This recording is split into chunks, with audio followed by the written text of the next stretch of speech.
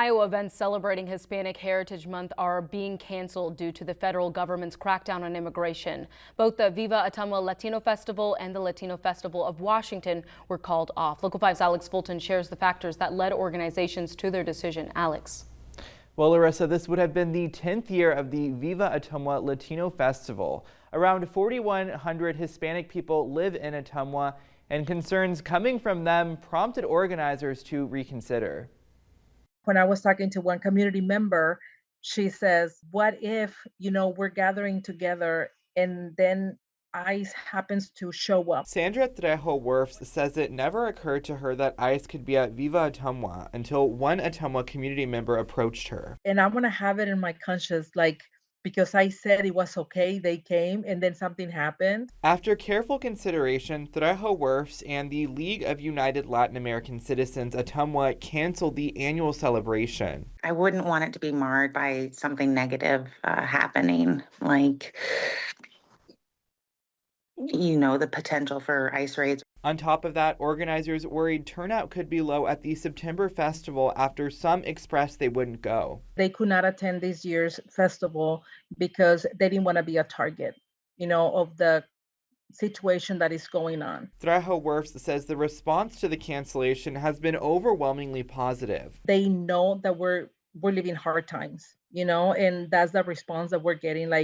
I totally understand why you're doing this. The cancellation of this year's festival isn't a final farewell, and it will be back again for 2026. We're going to regroup, we're going to recharge, and we're going to come stronger for next year.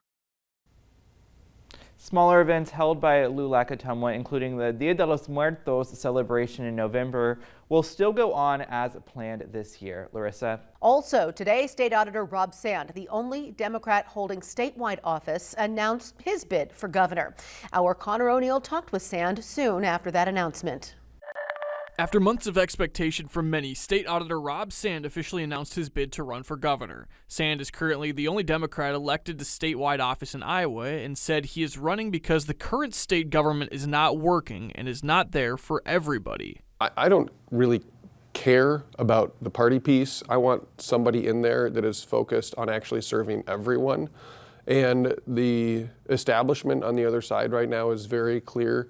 They just expect Iowans to answer to them. Sand has been state auditor since 2019 in a position that identifies waste and fraud in the state government. Sand previously worked in the Iowa Attorney General's office for 7 years. He said people pushed him to run for governor after he claimed Governor Reynolds gutted the auditor's office's ability to find misspent money. Iowans are dealing with higher costs. They're dealing with an economy that is 49th in the country for economic growth, and they're up there making it harder to find misspent money. What are we doing? Chairman of the Republican Party of Iowa, Jeff Kaufman, said he knew Sand would run for governor and was relieved he did because there are more serious candidates they could have had to compete against. He gets up there and does his song and dance and his social media twist and spin, and they're going to figure out that this is not just every howdy-doody. This is a left-wing howdy-doody. Sand is the first major Democrat to enter the governor's race for 2026. He said he believes he'll be a candidate for all Iowans. I think that you look at the things that they're doing, and they're really looking at a tiny number of people, trying to target a tiny number of people for benefit or for detriment. Aside from Representative Randy Feenstra, the only other Republican to announce their gubernatorial bid so far is former state representative Brad Sherman. Tonight, the Marshalltown City Council voted to move forward with plans to redevelop the Marshalltown Mall. Under a previous owner, the mall experienced issues like going without power for over a year and most of the tenants leaving. Local 5's Alex Fulton explains where developers are at in the process and what's to come. Well, Stephanie, tonight's vote was simply the first step directing city staff to draft a development agreement. Documents show that the developer wants millions in tax increment financing to design storefronts or overhaul the parking lot and redo the sidewalks.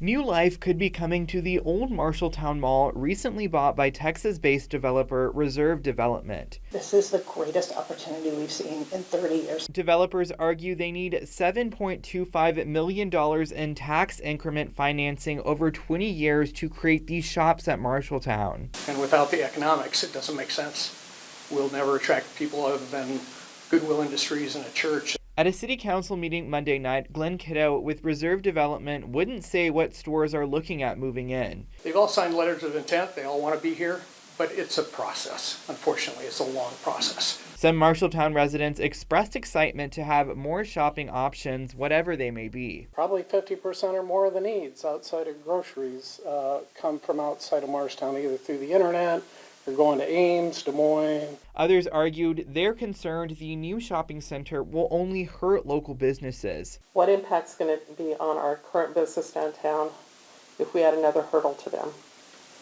Will they thrive, or will they struggle and eventually need to shut their doors? However, downtown business owner Janelle Carter shared she isn't threatened by big box stores coming into the community. I'm thrilled about this opportunity. I really feel like the more the merrier. Now, a preliminary development agreement shows that the shops at Marshalltown will need to maintain at least 70% occupancy. Otherwise, the tax increment financing will be reduced. Stephanie. Following up here at 6:35, a plan to convert the former Story County Medical Center over in Nevada into an apartment complex is now moving forward. Last night, City Council members voted to rezone the property just off of 6th Street and make way for the 60-unit complex. But after speaking with city officials and neighbors who live close by, our Megan McPherson learned that the housing plan has sparked some controversy. Megan, why is that? Well, Dana and Joseph, the facility was once home to a hospital, a clinic, and a senior care facility. Now, as you can see, it sits empty and it's ready for a change. But members of the Nevada community and the city council disagree on what that change should look like and who it should serve. The council created a plan with a nonprofit developer to remodel the building and convert it into a 60-unit apartment complex. In 2023, they were awarded $2.5 million in tax credits from the state. This project is designed to expand workforce housing in the community, which the city's Economic Development Council believes is needed.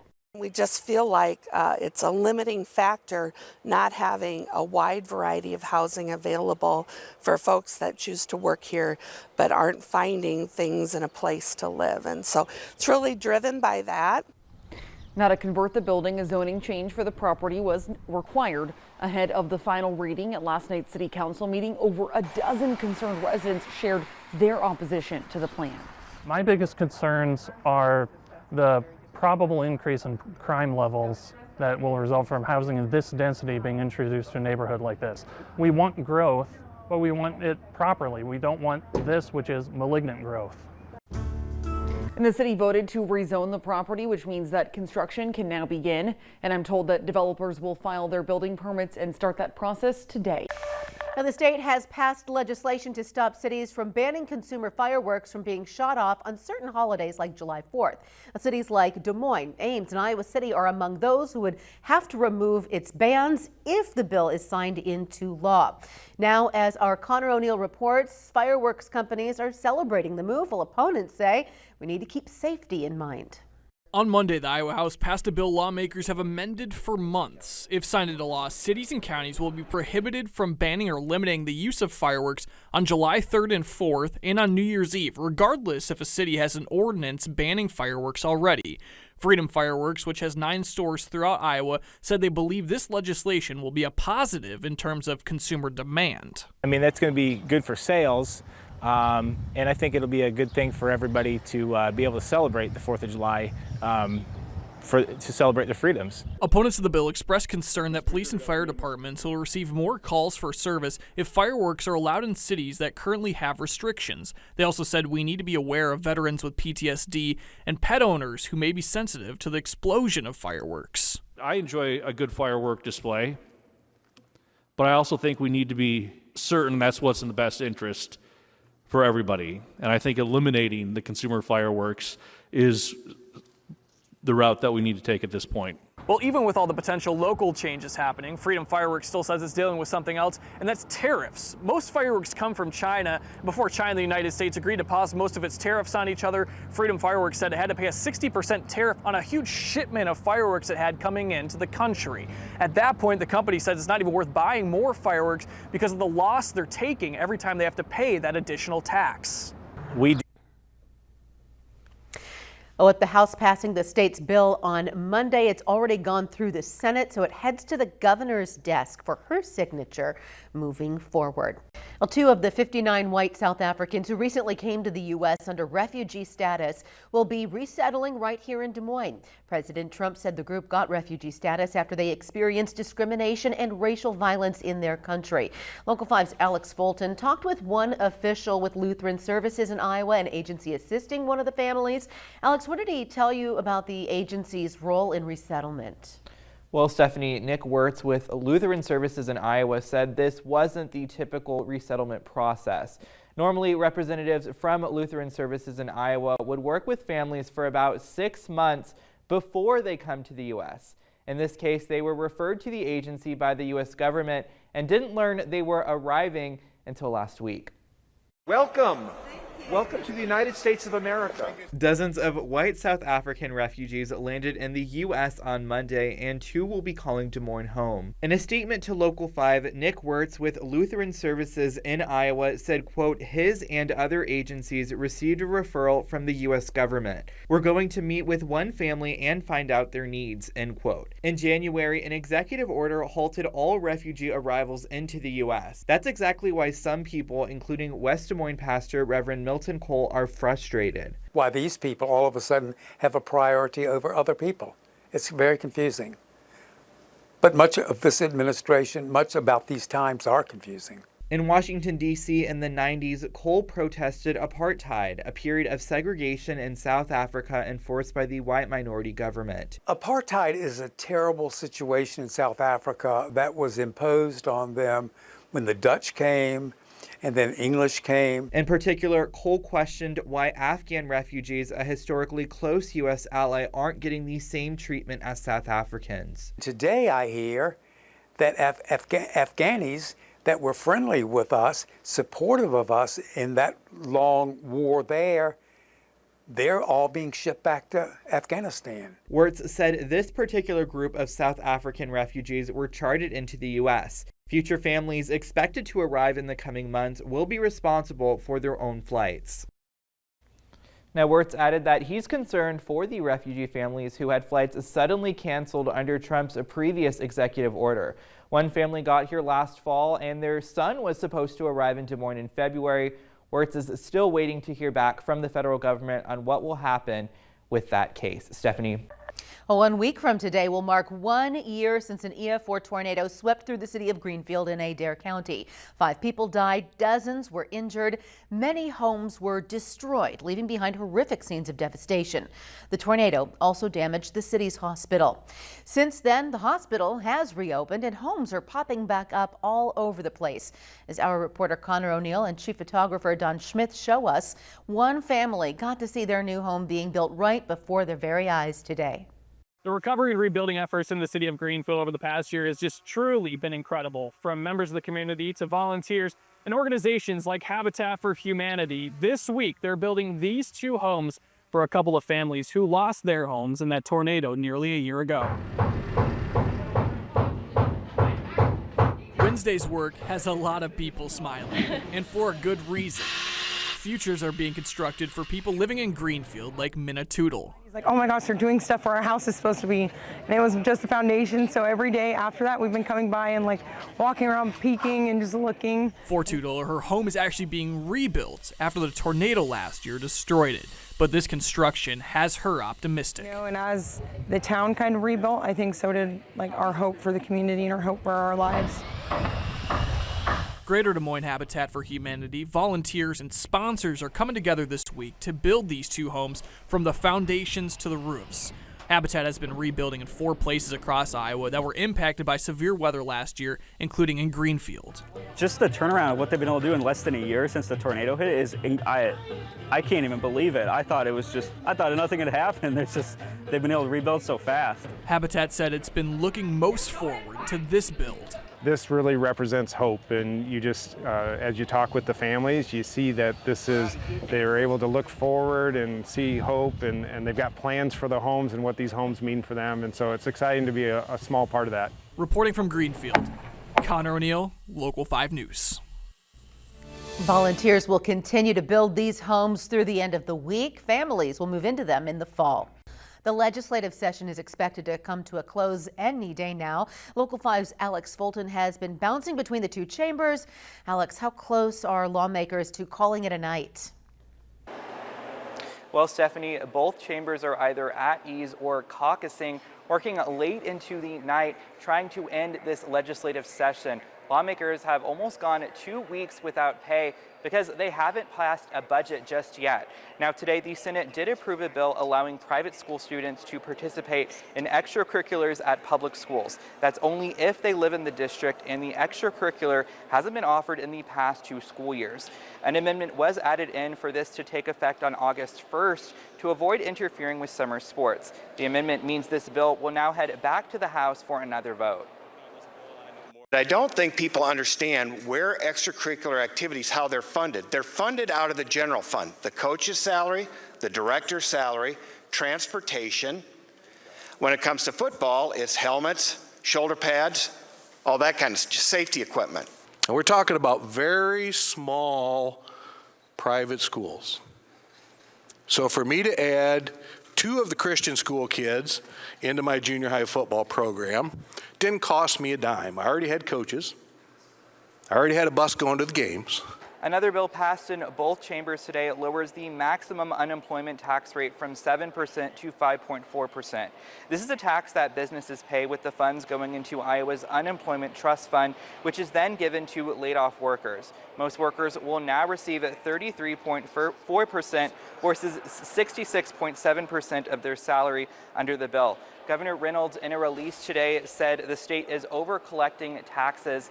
She is expected to sign this bill into law because it was one of the priorities she laid out in her condition of the state address. Reporting live from the state capitol, Alex Fulton, Local 5 News. For most metro schools, the last day of the year is fast approaching, but the end of the school year also brings the end of consistent meals for some kids in the state. Larissa Leone joins us to break down a food insecurity study that highlights the need for free meals, as well as a new state program connecting children to them. Larissa. Stephanie, Feeding America's annual Map the Meal Gap is a study that used data from the U.S. Census Bureau and Bureau of Labor Statistics for the year of 2023 to estimate those who may be food insecure across the country. The numbers the study shows in a new summer meal program is raising red flags for food banks in the state. For some Iowa students, summer can bring freedom and fun, but for others, it brings fear over food. Folks who rely on free and reduced price meals have to make up an extra 10 meals per child every week in the summer. A burden Annette Hacker with Food Bank of Iowa sees growing at an alarming rate based on data from the Map the Meal Gap study, a comprehensive report of food insecurity across the entire country. All 99 counties in Iowa experienced an increase in food insecurity. Overall, 12% of Iowans face food insecurity, and so that's 1 in 8 Iowans and 1 in 6 kids. That's more than 120,000 kids who don't know when they'll get their next meal during the 10 to 12 weeks of summer break. This year, Governor Kim Reynolds chose not to opt into the federal summer EBT program and instead proposed a new child summer meal plan called Healthy Kids Iowa. It will provide families with school-aged children boxes of food that they can pick up at different summer meal sites across Iowa's 99 counties. The goal is to provide $40 worth of food in those boxes in June, July, and August. Iowa Health and Human Services says with $9.1 million of federal funding, the goal is to serve 65,000 children through this program. Though the Hunger Coalition of Iowa is worried about some of the elements of the new program. 245,000 kids across Iowa would have qualified for that summer EBT program, whereas this Healthy Kids Iowa program is only going to serve up to 65,000 children. The Hunger Coalition of Iowa says it believes the EBT program is the best and most effective way to address food insecurity for children over the summer, as it cuts out a lot of access barriers for families, providing those benefits directly to them. Stephanie?